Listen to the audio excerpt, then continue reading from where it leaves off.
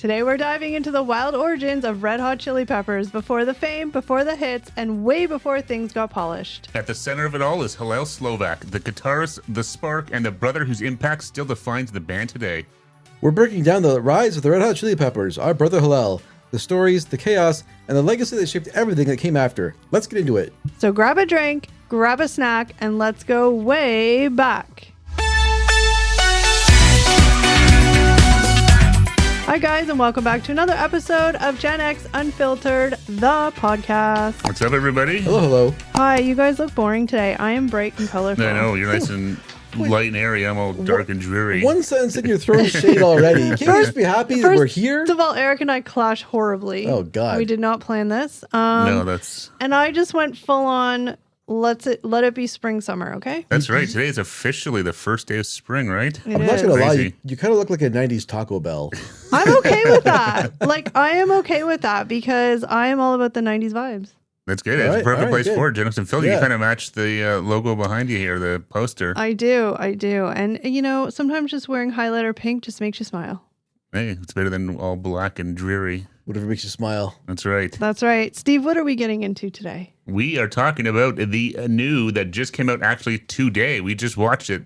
The new Red Hot Chili Peppers documentary called, I'm going to find it here because I'm going to screw it up. It's, where is it on here? Oh, yes. The Rise of the Red Hot Chili Peppers, Our Brother Hillel. So it just came out today. Yeah, it dropped today, yeah. Oh, okay. On Netflix. Yes, Yeah. on Netflix. Yes, so if All you're right. subscribed, you can go watch it. It's, what is it, like an hour and a half? About that, yeah. Steve and Eric know just more about the Red Hot Chili Peppers in general before watching this documentary than I did. Like, obviously, I've heard of them. I know they wore quirky clothes, and I know some of the songs. But that's about it. And I did ask, the one important question I did ask you guys, I said, are these the guys that would be naked on stage? And you said, no, they just wore socks on their cocks. Yes, so technically naked. Yeah, lots of, you do see a lot of man ass. There's a lot of in skin, yeah. even in some of their old footage and photos and stuff. Yes, lots of bare asses. So without further ado, we're going to let Steve spearhead this podcast because he knows more, him and Eric, and I will just chime in when... Well, no, I'm going to have some questions for you guys and stuff here. I was kidding, but I'm just saying you're going to kind of spearhead it, so... Yeah, so we kind of broke this down into a couple of different sections. Basically, yeah, so the documentary really, it's a very specific time in this band. It is from really before the Chili Peppers even existed. They were just a couple of friends growing up in Hollywood to, what was the album? It was Blood Sugar Sex Magic. Yeah. It's sort of that specific time before that. After that, like, I think that's the relationship that everybody knows. Yeah. That, you know, Under the Bridge and Yes. Give It Away and everything after that. Those Californication, all that stuff. Yes. This is all leading up to how they kind of became the Red Hot Chili Peppers that we all know. And some love, some don't love. There's a little bit of controversy around these guys, but we're not going to get into that. Can Yeah. I point out one thing, though? Like, again, I never owned any Red Hot Chili Peppers CDs or anything like that, but you put, like, Californication comes on the radio or whatever, I Yeah. know, like, all the words. Oh, That yeah. was a super popular album. Why? Yeah. Yeah. Oh, that was, was it Scar Tissue? Is that the name of that album? It was called Californication. Or was it called Californication? And Okay. I just know because it was one of the few Red Hot Chili Peppers CDs I I was had. going to say, I don't know if I had a recorded Yeah. copy of Blood Sugar Sex Magic from like grade 9 or grade 8. Yeah. That's the only, I don't think I actually ever had owned a CD of theirs. That was the one I had. I had Californication, and it had Scar Tissue, the song. On, Okay, that- yeah, that- album. Oh, backwards, is the yeah. song Scar Tissue, not Californication? Yeah, so there's Okay. there's another song called Californication. Yeah. But I'm thinking of Scar Tissue. Yeah. Yeah. Scar Tissue. That was that super popular song Yeah. about summer of 99, 2000. Yeah. Oh, Right in okay. our college years. Yeah. Oh, Yeah. That was a huge album. Yeah. Yeah. Before we get into it, can I tell one little brief story about Red Hot Chili Peppers and how I ever knew they existed? It's Yeah. not that exciting, but it's what I can contribute. Yeah. All right. Going ahead. I'm So, ready. as most of you know by listening to these podcasts, I always say it. I'm not a huge music person. I enjoy music, but I'm not like, you know, I don't listen to it all the time, yada, yada, yada. So, way back when I was probably in like grade 9, maybe, Mm-hmm. I was on a local curling team. I know, very Canadian. Yes. Very Canadian. Very Canadian, but you know, that was the place to hang out and socialize back then. A lot of Red Hot Chili Peppers being played in the curling clubs here. Actually, I think I might have been in grade 7 because the person I'm talking about was in high school, grade 9. So it was somewhere in there, whatever. Yeah. And he was like the older person at the club that was part of this. And he was kind of like the quote unquote like cool person, but we're talking like cool for like the 90s where he was kind of like the like grungy guy. Yeah. Okay. Anyway, he was obsessed with the Red Hot Chili Peppers. And every time we go once a week curling, he'd always talk about Red Hot Chili Peppers. He always had a t-shirt on. I don't even know what songs would have been popular then.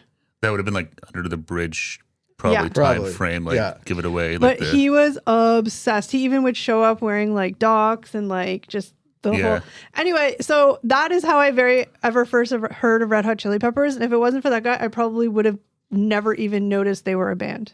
really crazy. What about you? I never did. Just do you remember the first time you kind of heard or introduced to them or anything like that at all? Yeah, I think it was really like that Blood Sugar Sex Magic album with Yeah. Under the Bridge and Give It Away. Yeah. I remember that was like, I think it was grade 8 or 9. Yeah. It was super popular. I remember seeing like a kid with a Red Hot Chili Peppers shirt on. It was that kind of weird logo they have where it looks Yes. almost like it's like a bunch of crosses Yes. Yeah. laid All the- over top of each other. yeah. Yeah, and I was just like, what is that? And then I was like, oh, that's the band I've been hearing on the radio. Yeah. Yeah. Yeah. Oh, we got some crazy cats going on down here too. The mice chasers are awakened, They're still kittens. Yeah. So full they, of energy down they here. get hyper. Yeah, I remember because that's the shirt he always wore. Yeah. Yeah, they had that logo. I don't know what you call it, Yeah. but yeah, like all the little As supposed to make not it describe spikes it. on it it, looked but like exactly, it's like a circle with like the little Yeah. squares all yeah. almost like a weird sun or something. Yeah, or yeah, whatever. yeah. It But was I like think- a Yeah, yeah. wheel exactly. or something. Yeah, yeah. What about you?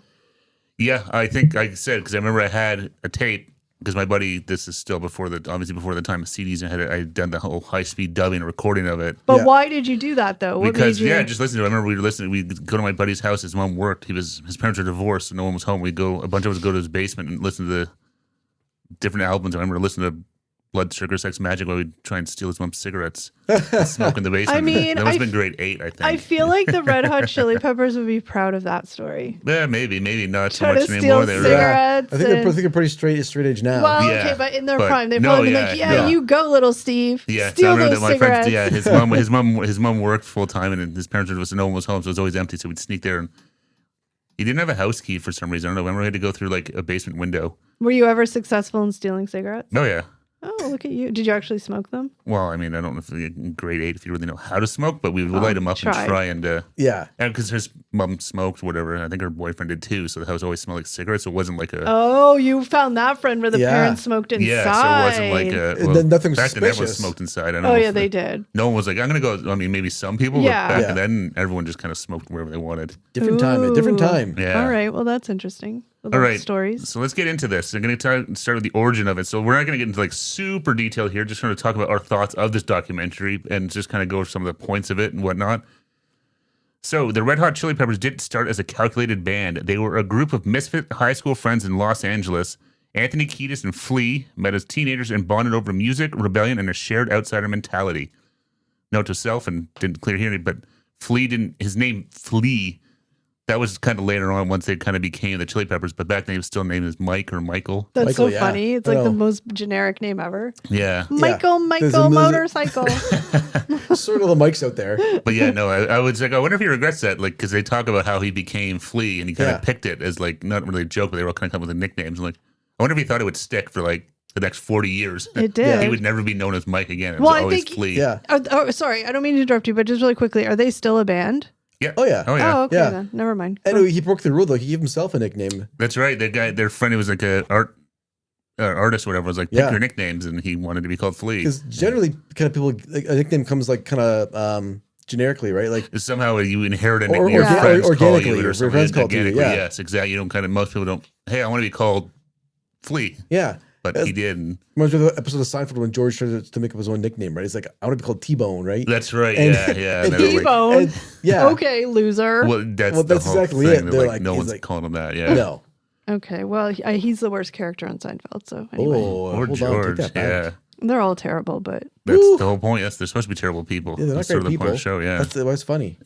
anyway, continue. Anyways, yeah. Sorry. Yeah. So he goes Flea, but at the time, Michael. What did I say? Oh yes, add Hillel Slovak, whose musicianship elevated everything, and you had a foundation built on chemistry rather than ambition. Their early shows weren't about perfection; they were unpredictable, chaotic, fueled by pure energy. This documentary highlights how that friendship created a quote-unquote band of brothers mentality that carried through even the darkest times. They were very, very like I guess I didn't really realize. Again, I just assumed like when they were like mainstream popular, that was like sort of like. But you know, you forget that a lot of these bands 10 years before that they're trying to get to that point. Yeah. Oh yeah. So yeah. I didn't like realize they were like like their sound was a lot different. Well, not a lot different, but different. But they they weren't were overly successful. They weren't overly successful at all. but their whole thing was kind of quirky. Like I was watching, like we were watching it, seeing some of the stuff. I'm like, yeah, I can see why that didn't really hit the mainstream popularity. Yeah, they were very funkier than like funk punk they were calling themselves. Yeah, they were sort of all over the map. Sound. Yeah. For like the 80s and stuff. Well, I guess the 80s it would have been okay. Well, even just the whole start of it doesn't really get covered in here. But like, so basically, we sort of touched on here. But so Anthony and Flea, aka Mike, were friends in high school. And then they saw a local band playing called Anthem, which Hillel was in, and they thought, "Oh my God, these guys are like really cool." And they became friends with Hillel that way. But it's funny though because Flea played the trumpet, never played a guitar, nothing. Anthony Kiedis didn't do anything musically, and then somehow, through this Hillel connection, that's how that all kind of started. I thought it was actually really kind of cool. They poached him. Anthony Kiedis was like their MC basically. Yeah. He was kind of like the hype man before the band started playing. Yeah, and their band Anthem, the bass player quit, and Hillel kind of saw something in Flea and was like, "Hey, do you want to learn how to play the bass and join our band?" Yeah. And Flea kind of said, he's like, "That moment changed my life." Like, not having any clue of it at the time, but was like, "Yeah, sure, that sounds awesome." See the universe. No, and that's honestly watching this documentary, it kind of totally a few times hit on that. And it's like, my God, like, just the way these stars align and the way things happen. The odds of the stars aligning like that, like that's just because it was supposed to. Yeah, like it's crazy. Like they said, like even Hillel, they didn't really know him very well, but Anthony Kiedis and Flea would hang out in downtown LA and they would hitchhike everywhere. And then one day they needed a ride and they saw Hillel driving his car by himself. And like, hey, they knew who he was, but didn't know him. Yeah. And flagged him down for a ride. And that's how they became friends. See, but that is like, it does, like that was supposed to happen. Yeah, no, I know. I thought that was kind of crazy how that just through that random hitchhike ride home from this guy led to him becoming to know these guys and was like, hey, I think you'd be a good bass player. You want to play bass in my band? And then, all of a sudden now Michael Flea picks up a bass for the first time. Stop calling him Michael. Nobody knows who that is. I know. But it was, I just thought it was very, a few times I that through this documentary where it's like, holy shit, that's like crazy how that works out. Don't mess with the universe, people. It's more powerful than any of us. A lot of cosmic forces around this, how this band was created. Mm-hmm. No, that's right. So here it says exactly. In the late 70s, Anthony Kiedis and Flea met in high school in Los Angeles. Early 80s, they reconnect with Hillel Slovak through their local music scene. In 1983, they formed a very early version of Red Hot Chili Peppers for a one-off performance that unexpectedly takes off. And that was sort of the whole genesis of this, is that so Hillel was in a separate band playing with Flea. Then Flea quit that band to go join a band called Fear. I've heard of them before. They were kind of like a punk rock, hardcore band I've heard of out of LA. They sounded hardcore from the clips they played in the documentary. Yeah, I've definitely heard of them in some other documentaries and stuff like that. Okay. That's when they said Flea was in Fear. I was like, oh, wow, I had no idea that he was in that at all. Yeah. But so that's sort of how the whole genesis came to be, was because Hillel was mad at Flea for quitting Anthem. That their friend, I forget his name, was Gary, the artist? Yeah, the artist Gary, yep. Yeah, he was an artist, and he was having a show, and he wanted a live band to play, and was like, hey, you know what? I think, Hillel, you should play with Flea again, and now get Anthony Kiedis to be your singer, because he was into, like, rapping and stuff like that. And he's like, I think you guys should play a show together for fun, and they did. And that's how... And it was just one song. Yeah, and that's how the Red Hot Chili Peppers started. Yeah. Just for their friend, the artist, who was like, I think the three of you have some... cool chemistry and should try and play some music together. And that one song really it hit with the audience. Yeah, whatever it was like, I don't remember the name of it, if it was even anything they ever recorded, but yeah, it's all of a sudden because it was, because he was, I thought it was kind of cool. I didn't realize, I mean, it makes sense listening to Anthony Kiedis sing. Yeah. But that it was Grandmaster, was it Grandmaster Flash? It was the Message. That song. That's the song that kind of got him into like singing, rapping, because whatever you want to call it. They played audio from that show, right? And it's like really funky bass and guitar. Yeah, and him kind of like rapping over top. Yeah, it's like for the time a really unique sound. Yeah, exactly. Especially for like a super high energy, and like everybody just was like really into it. Like and it went over so well. Like the owner of the club said, "Come back next week with like more songs." Yeah, can you play 2 songs next time? I know, it's crazy. Sorry. The kitten just grabbed this really fluffy pen I had way up on the shelf and brought it down to play. Dying. It's really cute. They're distracted in the background. Anyway, it's cute. fine. It's fine. I'm going to ask you guys a couple questions then from this little segment, since you guys probably have more insightful answers than me. Okay. Okay, I'll ask the question. Sure.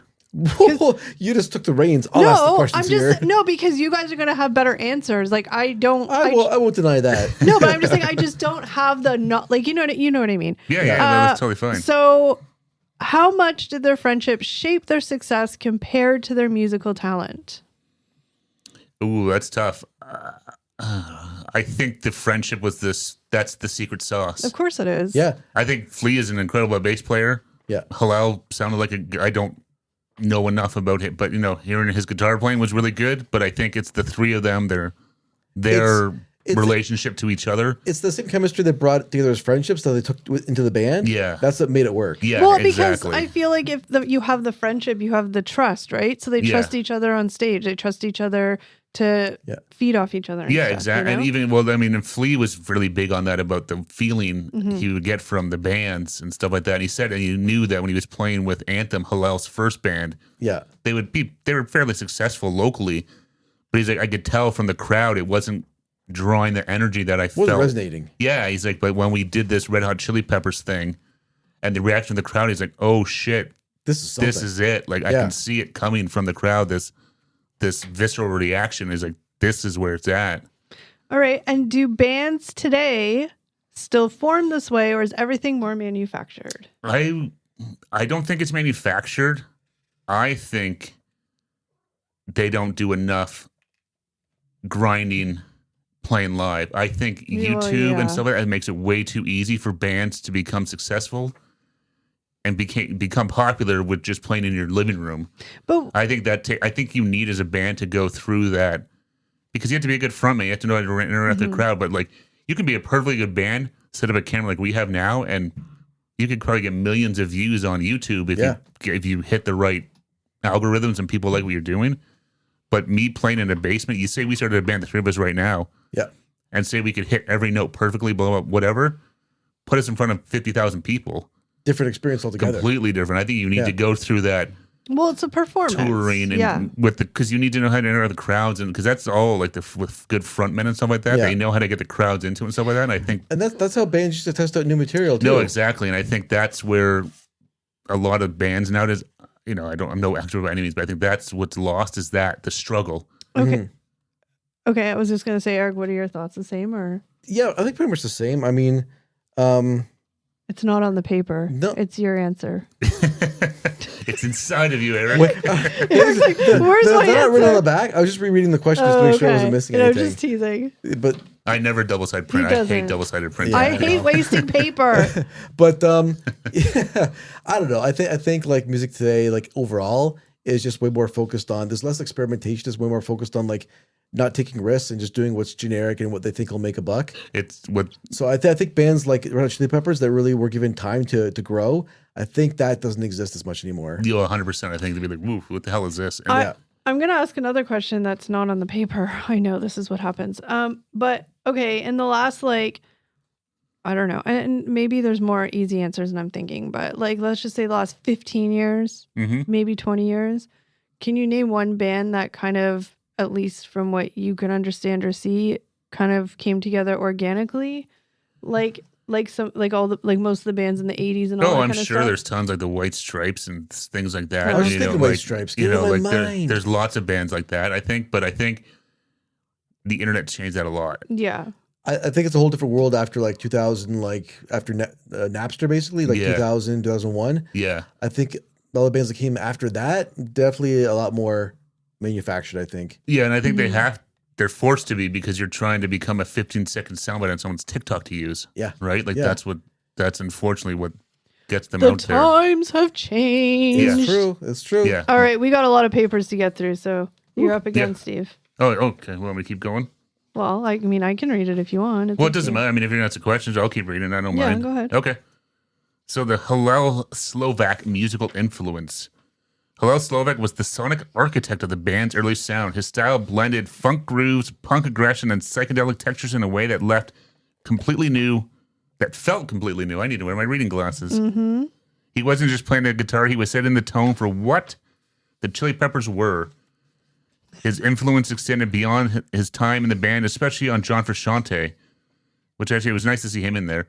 And he idolized Hillel and carried his style into the band's biggest commercial era, The documentary frames Hillel as both a musical innovator and a spiritual center for this group. So, sorry. No, I was just going to really quickly say, to break that sort of down, it was 1983, Hillel establishes the band's funk punk hybrid guitar style. 84, he plays on the debut album, The Red Hot Chili Peppers, although briefly leaves during the early stages. 85, returns for Freaky Styley, refining the band's sound with deeper funk influence. 87, the uplift mofo Party Plan, becomes the only album with the original core lineup. And then the late 80s, his style directly inspires future guitarist John Frusciante. Yeah, so that's definitely, I mean, they were clearly, he was sort of the heart and soul of that band. You could see just the way they talk about him. I mean, it's kind of hard now too, because obviously, he's been gone for 30 years, so they're looking at, with some rose-colored glasses maybe. They have the what ifs, right? What if he had have not died? Yeah, and then that's a whole other thing. Would they have been where they are now? Who knows? No, you know what I mean? There's lots of what ifs and stuff like that. Yeah. But John Frusciante, who was a huge fan of the Chili Peppers before he joined the band, that was cool. He even said that Hillel was he brought out the best of Anthony Kiedis and Flea. Yeah, and when he joined the band, he tried to copy that. He tried to replicate it as best he could. He was I'm not trying to do my own thing per se, but trying to channel that Hillel spirit. Hillel being a great guitarist or not is one thing, but just the impact he had on the rest of the band and how he brought out the best of them, I think that was really his secret sauce. And that's the thing you can't learn, right? You can learn how to play the guitar really good, you can practice, you could do this, but the personality and the vibe and the energy you bring, that's just who you are. Yeah. Right. So you can't. Totally. You know what I mean? So I mean, because there's lots of irreplaceable. Because even now you can see there are some famous guitar players that are virtuosos, but they're never going to be nearly as big as some bands say a Nirvana. Not going to be like a Richie Sambora. Yeah. Well, yeah, but I think a Nirvana, Kurt Cobain, who was a good guitar player, but not doing these crazy riffs and hammer-ons and pull-offs and tapping techniques and stuff like that. He's out. Nirvana's outsold these guitar virtuosos 100 times over or more. You think of Joe Satriani or these guys, Lee Malmsteen or what? These guys are guitar virtuosos, but they're not hitting the mainstream in the same way at all. Yeah, exactly. So that's the frustrating part with anything, whether it's sports or there's just a natural talent and ability that you don't have to be the best to. No. Yeah. I'm I'm irreplaceable. Try and find another me. No, but we all are unique. Yes. Was that a question? I don't know. I was trying to contribute to something that I know about, not something that I don't know about. But I have questions for you guys. I love questions. Ready for questions. Yeah. All right. Is Hillel the most underrated member in the band's history? I don't think he's underrated, though. They all speak very highly of him. Yeah, I mean, that's a weird question because I would just say yes, just in the fact that I'm going to assume that there's a lot of people that probably don't know who he is. Oh, I didn't know who he was. Who know the Red Hot Chili Peppers. Yeah. And just because full he disclaimer. Was pre their big album, Under the Bridge and stuff like that, where they blew up, that was John Frusciante. I'm totally guilty of that. I thought John Frusciante was their first guitar player. Yeah. I had no idea that there was another guy before him. Yeah, no, I definitely had heard of Hillel before, and so I didn't know his story well, but I knew, because I knew Under the Bridge was about him and stuff. Yeah. But I think he's 100%. He's just. Well, I'll ask this closing question. Can you hear Hillel's style in later Chili Pepper hits? Absolutely. I think so, for sure. I don't know so much about the newer stuff. Well, newer could be relative. Their styles change quite a bit. Yeah. But definitely John Frusciante has that same. Yeah. He's a really good guitar player. So you watch, he's a super talented dude. Yeah, exactly. So really interesting. I think any time they kind of go back to their funky style, that's all Hillel. Yeah. And any time when they go with sort of the blood sugar sick magic, the Under the Bridge kind of sound, or especially in Californication where it's more melodic, that I think is more John Frusciante. Yeah, that's what I'm saying. I think they definitely do have those hints, but it's they're sort of, I think they kind of went more into, because the sound changed a lot. Yeah. So I think this is a weird take, but I'm just going to call him John because I can't say that last name. John, it's almost and I'm not trying to speak badly about anybody, but I'm just saying it's almost like he is lucky in a sense because he was a part of the band when they kind of really mainstream hit, like took off. Like you said, you didn't even know who Hillel was. No. So it's not like internally this John guy was trying to fill a big role, but to a lot of the public, they didn't really know the difference. So he didn't have that pressure. Yeah, 100% exactly. Right? He didn't have that, hey, you're not trying to take over for Eddie Van Halen. Because people didn't even know a lot. I mean, the hardcore fans probably know Hillel, but I'm just saying, like the you guys who sort of, when it was popular. The Hillel Red Hot Chili Peppers was popular. Yeah. But the post, Yeah. Again, it's that Under the Bridge, that song, so pre and post, and after that, different band. But it's kind of a number of fans. It's kind of nice though for John because then he just doesn't have that extra layer of like trying to prove something. Well, you right? hope that he wasn't living in his shadows because I'm sure he felt that way for a long time. I mean, internally he probably did. Oh yeah, you watch the documentary "Some Kind of Monster" about Metallica, right? And I was thinking Jason Newsted taking over for Cliff Burton. Oof. Like I don't know if he ever, for a lot of fans, ever replaced Cliff Burton. He's always in that shadow. Not just that, but the band themselves treated Jason like garbage because they were. That's mean. Well, because they were dealing with they didn't know how to deal with their own grieving. Yeah, that's exactly. But so the thing of him is that he always had this shadow of this like I don't want to say boogeyman, but this like in everyone's mind's eye is like the perfect, greatest metal bass player that's ever walked the earth. Yeah. Is on your shoulder, and you'll never live up to those. And and he was there in the beginning too, right? So he came up with them as they were becoming Metallica. Exactly. Right? But this is the thing: is that nobody can replace anybody. They have to have the freedom to set their own path. A lot of fans and stuff. Of course, that's the problem. Is like you're not that guy, so fuck you. Yeah, well, if Axl Rose died and they tried to replace Axl, you'd be like, yeah, no. Even if he was a really good person. Well, look what happened with Guns N' Roses. Perfect example when it was just Axl Rose. Yeah. All right, we're going to move on to the next segment. Let's do it. All right, on to the next one. The early LA scene in the 1980s. Scandalous. The Chili Peppers emerged from a wild and diverse Los Angeles music scene that mixed punk, funk, metal, and performance art. They played small clubs where anything could happen, building a reputation for high energy, boundary-pushing shows. They weren't polished. They were raw, weird, and sometimes shocking. Their infamous minimal stage outfits, what we talked about earlier, are part of their identity. That's right. Sometimes I didn't know they had socks. I'm not too sure. Just cocks. Yeah. The documentary shows how this scene gave them the freedom to experiment and stand out. And I can only imagine because, like, I know, like, watching this, but like some of like the early '80s, like that, like in LA, like that's. There's a lot of different music. Well, like Van Halen was around at that time. Guns N' Roses and these guys were all coming up at that time. Bon Jovi, all these guys. That guys. was New Jersey though, but that's true. He was New. He was in the East Coast. It's a good try though. He points for trying. Thanks. But he was right time. But but I'm just saying, like, I could imagine the '80s. Because even talk about like with like punk and all this stuff, and like hell, even we watched this documentary. Like Pee Wee Herman was around at that time too, right? Oh my God. Pee Wee Herman came out of this whole punk culture and stuff like that. A lot of stuff going on back then. Yeah. So I imagine it was just like a wild time, and the Chili Peppers kind of seem to be this mishmash of like all of it. Was he was the one guy? Did he wear kilts too? Anthony Kiedis? Yeah. He would wear like dresses and stuff sometimes, he said. Yeah. He would just dress. I'm sure he wore kill. He kind of wore like all sorts of... So he didn't have a signature look. He wore the like combat boots, though, didn't he? Combat, his sort of thing, he had like really long straight hair. Like a lot of time he was shirtless with his like sort of tribal tattoos and stuff, I think. Yeah. Okay. I remember him flinging his hair around all the time. Oh, yeah. A lot of hair flinging. I was saying that these guys, like, my God, they're necks now. Oh, my God. But, like, how hot? Like, what a mistake. Yeah. All I want to do is be like, put your hair up in a bun, man. Like, that must be so hot. Yeah, probably, yeah. And sweaty. Oof. Oh, God, yeah. I'm sure the smell in those clubs was fantastic. Oh, yeah. We're still in the 80s. We're not in the 90s yet when they're playing, like, you know. And the 90s smelled much better. Yeah. Well, I'm just thinking, as I'm pretty sure, I don't know which ones, but I feel like they played at those giant outdoor festival things. Yeah, they showed some of their, like, later on, they did, like, the Pink Pop Festival or whatever in the UK or somewhere. I don't know. It's somewhere over in, I don't know if it's the UK or is that it's somewhere over in Europe. I'm not sure if it's in the UK or not, but.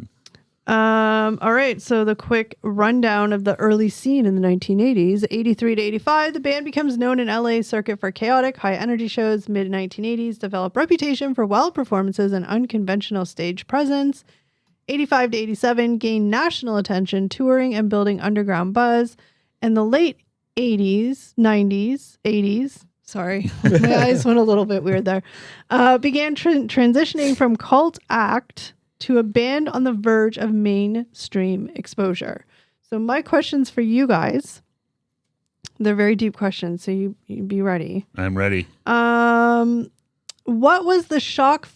Was the shock factor essential to their success or just a gimmick? No, I think it was a part of it. I don't think it was a gimmick, the way they would dress or act or anything. I think that was just who they were. And I don't think it was a gimmick, I'm sure.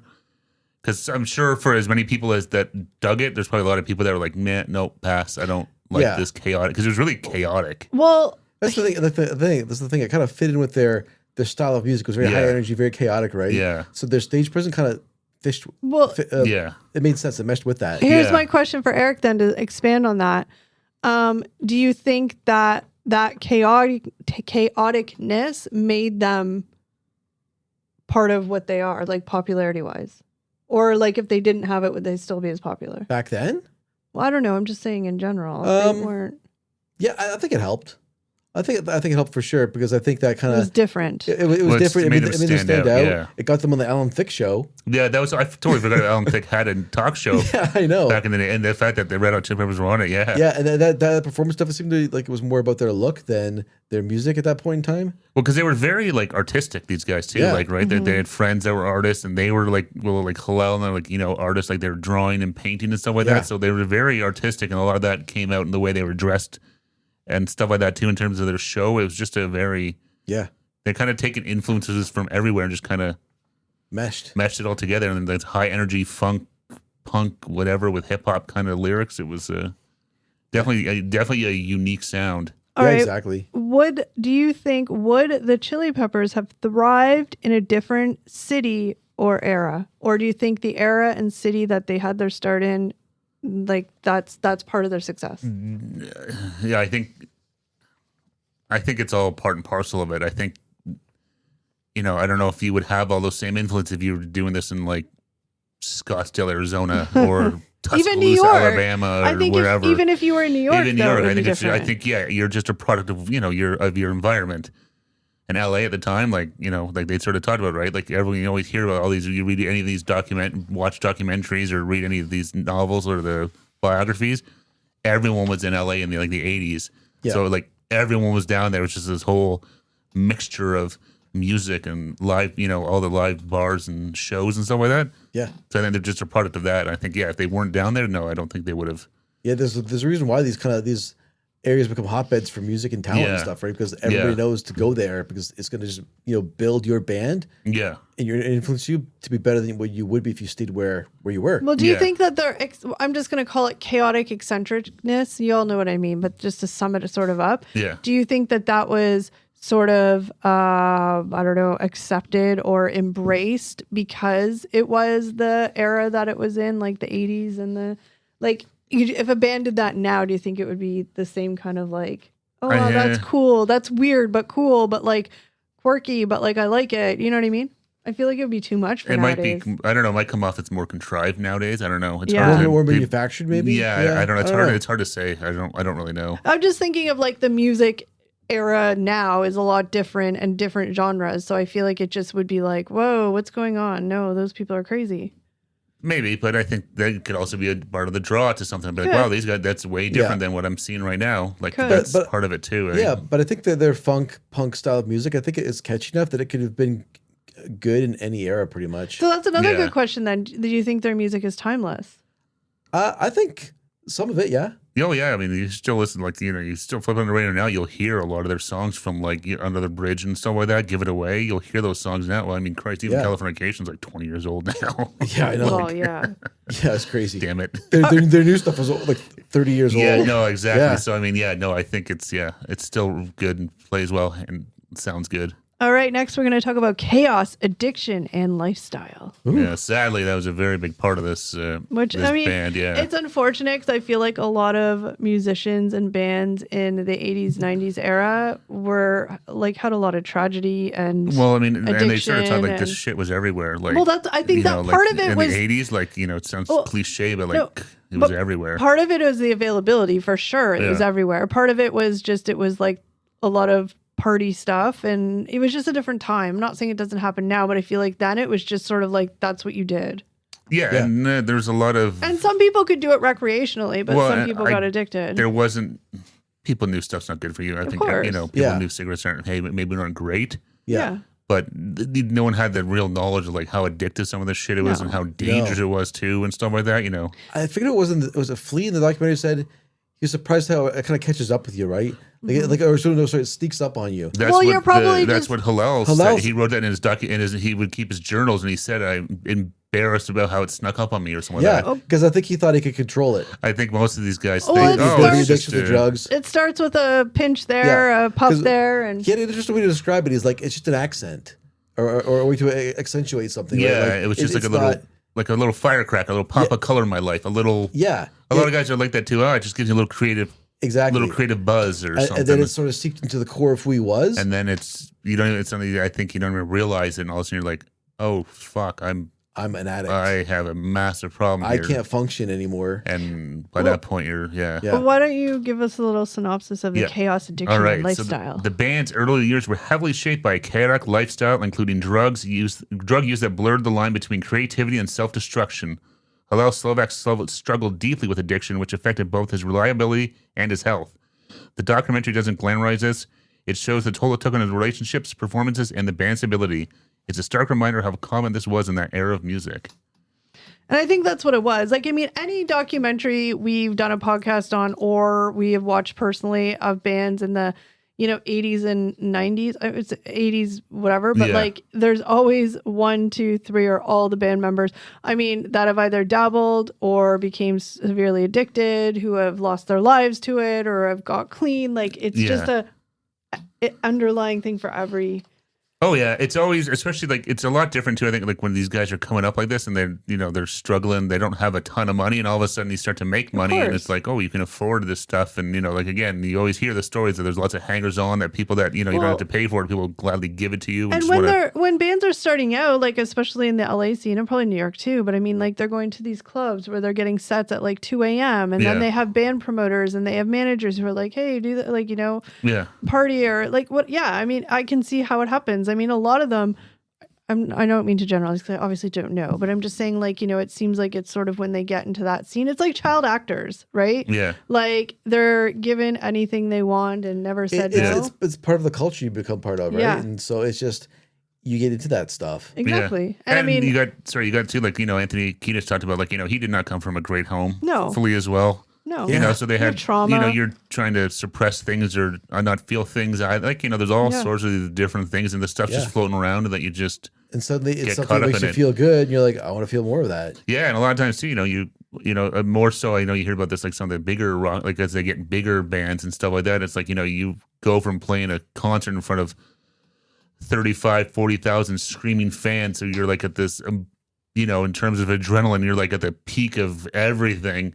To like an hour and a half later, you're sitting in a hotel room empty. Yeah. And you're just like, It's just a shock. just like wired and like, oh my God. So you just keep this going. You also hear of like, like sometimes it starts because like the schedule's so grueling that you literally that's have true, no too. time It's to like, sleep. I feel like Uppers, garbage. I'm downers, sick yeah. and this and that. Yeah. And, And the show must go on. So if Yeah. you have like 100 city tours, you just got to go. Yeah. Oh, it's true. I mean, you look at, I think of that Elvis biopic that came out a couple years ago by Baz Luhrmann. Oh my God. I remember Elvis collapses in the hallway. Get up and Yeah. go. And Colonel Tom Parker's like, that man has to be on that stage tonight. Yeah, exactly. You get him up there. Give him shots of whatever it takes, and They pumped him full of all sorts of stuff, and up he went. yeah, exactly.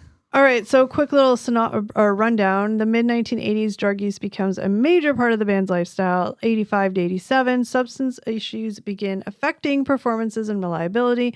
87, despite instability, they released the Uplift Mofo Party Plan.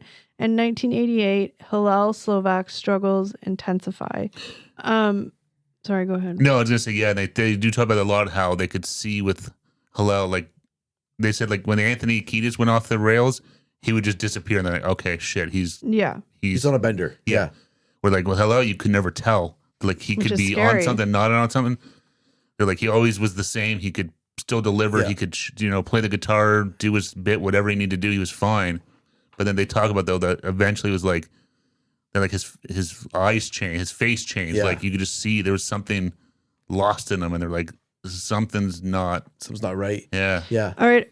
I'm going to, Eric, I want you to answer this question first. I'm curious to hear what you're going to say. Would the band have been more successful earlier without those struggles? Obviously, you don't know. It's just your own guess. Yeah, I don't know. I'm going to say would they've been successful without those struggles? Or was it just part of the plan? Like that was just part of the journey? I don't know. I think they would have been more successful if without all of the drug struggles and stuff like early on, because I think they had found like their magic sauce musically, and I think that the drug addiction was a real big barrier that got in the way. Fair. Right? They'd overcome all of their addiction issues before they could really get it together as a band and make it to that next level. So it killed the momentum. It did, exactly. Okay, what do you think? They probably could have hit like 5 years earlier. Yeah, I think so too. I think you hear a lot of people say like, "Oh, I need it for the creativity and this and that." I think that's just a it's a BS cop-out. excuse. Yeah. It's like, "Oh, I need this." No, you're addicted. You just don't want to admit it. Yeah, I think it totally hindered them. Yeah. Because how do you? And I think there's lots of bands like that this stuff just No, it doesn't make you more kills you. creative. No, it just kills whatever momentum you have. You've got guys, your guitar players are going into rehab, your singers are disappearing for weeks, or So whatever the whole it is. vibe's off. Yeah, I don't think it does anything but No. hurt. So you guys, There was one key show where they were on tour and Hillel couldn't perform. He walked on Yeah, stage. they were in Europe and they had some huge show they were all excited about. And he's like, I can't play. And he's Yeah. left his good. Yeah, no. so you definitely think they would have been more like hit their success earlier. 100%. I think maybe not even earlier, but it did not help them at all. No. Like maybe it would have still taken the 5 years. I don't know, but it didn't help anything. Yeah. Yeah. All right. All right. So number 6 is the legacy and what came after. No, we're on number 5. Oh, we're on number 5. You guys are all so lucky I'm here. That's right. All right. So number 5. It was the impact of Hillel's death. This is sad. Yes. So Hillel's death in 1988 was a devastating turning point. It shook Anthony Kiedis and Flea to their core and nearly ended the band. Instead, it became a moment of reflection and change. The loss forced them to confront their lifestyles and ultimately reshape their direction, emotionally and musically. The documentary positions this as the defining moment in their story. Yeah, that was, and I get it. Like the loss, you can still where it's 30 something years later, and you can see when Flea talking He gets teary eyed. it hits him it was yesterday. I think in this specific scenario, it is twofold, right? Not only are they losing a friend and a band member, and they've to something essentially senseless that he just couldn't overcome, but also like you said, the whole origin of how they even became what they did and the stars aligning and everything, it makes it even more tragic. Yeah, this Hillel guy, he's the reason that there is a Red Hot Chili. He's the reason, that he's the reason why Flea plays bass. Yeah, he brought them all together and introduced them.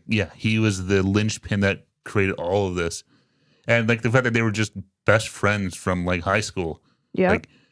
And too, you look back now, but he talks about too, I'm sure they have, he kind of alluded to, they have regrets about whether they should have done something differently or But this and that. But they were all kids too, and they had their own struggles and stuff like that. So it's, it's just such a sad story. And there's nothing that any of them could have done to have stopped him from being an addict. No. And that's the sad thing is that, and vice versa, nobody could stop them from being addicts, right? Yeah. It's unfortunately you can be supportive, but unfortunately in any situation, it's the addict, the one that has to want to do it and do the work, right? No, exactly. So, and it's just so sad because there's so many stories like this in rock and roll, and it's just tons. everyone. It's just they're just such a waste. It is. It was almost the curse of 27. He died at 26. Yeah, no, I know the whole 27, and it's just sad. You hear about it all the time. It's just so sad, stupid, and it's just such a waste. So June 1988, Hillel Slavic dies at age 26. 1988, the band is devastated. Anthony Kiedis temporarily distanced himself. Late 1988, Flea considers ending the band. 88 to 89, a decision is made to continue, marking a major emotional and creative turning point. Yeah, that's I can see why. Just because it's got to be do you is there a right answer to what do you do? I don't know. But you love playing in bands and this and that. It's lots of bands that call it quits when key member dies, like Led Zeppelin and Well, here's some questions. Should the band have continued after Hillel's death? I mean, hindsight being 2020, not knowing what they ended up being, but should they have, or should it have been hey, let's start fresh and do something different or new? Or yeah, it's tough. I don't know. Are you honoring his legacy by doing it? Or are you disgracing him? Are you disparaging him? I don't think so. He probably would want them to. I would think most people would be don't, keep going. Yeah. as fans, people might be, fans would have different thoughts on that. I'm Yeah. sure yes, or some would say yes, keep Yeah. going. Others would be like, hell no. But I would think that, as I would like to think that Hillel would be like, no, just keep. Yeah. We worked so hard to get here. Just ride it and see where it goes. Like, Yeah. Well, And in a lot of ways, like Hillel lives on through like their music. Well, right? that's what Because I'm John saying, like, Frusciante said they're- he was, channeling Hillel, and so in that sort of like light, like he's still part of the band. in a well, and way. like, look, they just said, here, there's brand new documentary with this guy talking about Yeah. him, like introducing a whole bunch of new people to him and here's- stuff like that and telling his story. Here's an interesting question. Do you think, again, hindsight's 2020, we don't know. Yeah. But I'm saying, do you think that if Hillel didn't pass away and John wasn't a member of the band, do you think they would have been the same success that they ended up being? I am honestly going to say no. I don't think so either, to be Because, honest. and this is the rub. Under the Bridge is the song that broke them Yeah. through. to that next level. That song is about Well, is there losing Hillel. Is their Yeah. later success tied directly to this turning point? Yes, it is. Yeah. And not that it was just that one song, but Under the Bridge was Yeah. the song that I think just kind of really pushed them to that next level. Yeah. And without Hillel dying, that song never gets written, I don't think. No, and if you take that song off the album, the next biggest song was probably "Give It Away." Which is a great song. Good but song, but it's not on the same level. It's just as Under the different. Yeah, Bridge, Oh, is that yeah. the give it away, give it away, give it Give It away? Away, yeah. which is more closer to their funk pop Their style. funk pop, yeah, Yeah. exactly. Yeah. So I mean, and I hate kind of saying it, but No, but this is where I nerd out, and right? I think that without Under the Bridge, the Chili Peppers aren't the Chili Peppers that we No, know now. And I'm but- not saying they wouldn't. I think they were already on that road to being popular, but But this is where I like nerd out, right? Talking about the universe and the signs. Like this was the plan all along from the universe, right? Like Yeah. he was Yeah. gonna join the band. Unfortunately, he was gonna die, and but like it spun it, and it's crazy. It No, gives I me know. shivers. well, it's just again, you watch this documentary and there's just, like Yeah. there's just these points where it's like Yeah. that hitchhike where they got a ride from Hillel. Hillel asking Flea if he would be interested in trying to learn the bass guitar, to Yeah. their artist friend being like, "Hey, you guys should play a show for me." Yeah. Like it's just these points where it's just like, And if this didn't happen or they said no or yeah. not, this goes away. Yeah, and even John Frusciante, like he loved the Red Hot Chili Peppers, considered himself a student of Hillel. Yeah, like he loved the band. He was just like a Yeah. huge fan and a talented guitar player in his own right, Exactly. and just embraced their. So this guitarist helps bring him to the next level. He's not. That doesn't happen unless Hillel right. dies. And I Yeah, think exactly. a lot Yeah. of credit has to be given to John because he essentially, again, it was different because they weren't already mainstream popular. So there was a big portion of people who didn't know who Hillel was. But yeah. my point is that I got to give John a lot of credit because he, for lack of a better word, filled that spot with a lot of grace and not ego. And yeah, he embraced his role as being this look, I'm sort of conduit I'm for not. Hillel's Well, spirit. he's like, I'm not trying to be John here. They want another Hillel. Yeah. Right. Yeah. So, and he kind of morphed into it, and it feels like, and it was in a sort of a respectful way, and it was just the perfect person, I think. No, it's not, I mean, and I don't know enough to really speak, but I know they've had their own issues as a band. Oh, I'm sure. Yeah, because With- John Frusciante left the band for a while too. Yeah, and they still struggled, some of them with, sobriety and all this Issues, stuff. yeah. But Of yeah, course. but I don't, honestly though, yes, it sucks, but I don't think they would have No. been the same Chili Peppers if No. they had just continued on with Hillel and everything had stayed status quo that way. Yeah. All right, Steve. Now we can go to number 6. All right, number 6, the legacy and what came after. After Hillel, the band evolved, eventually bringing in John Frusciante, whose connection to Hillel helped bridge the past and future. This era led to massive success, but the roots of their sound remained intact. This documentary suggests that Hillel's influence is still embedded in everything they do, from their musical style to their identity as a band. His legacy isn't just remembered, it's heard. And I think we kind of spoke a lot about that just before, like the end Yeah. of the last thing. So, yeah, 1988, John joins the band, heavily influenced by Hillel. 89, they release Mother's Milk, beginning a new era. 91, breakthrough success with Blood, Sugar, Sex, Magic. It bugs me how they spell magic with a K.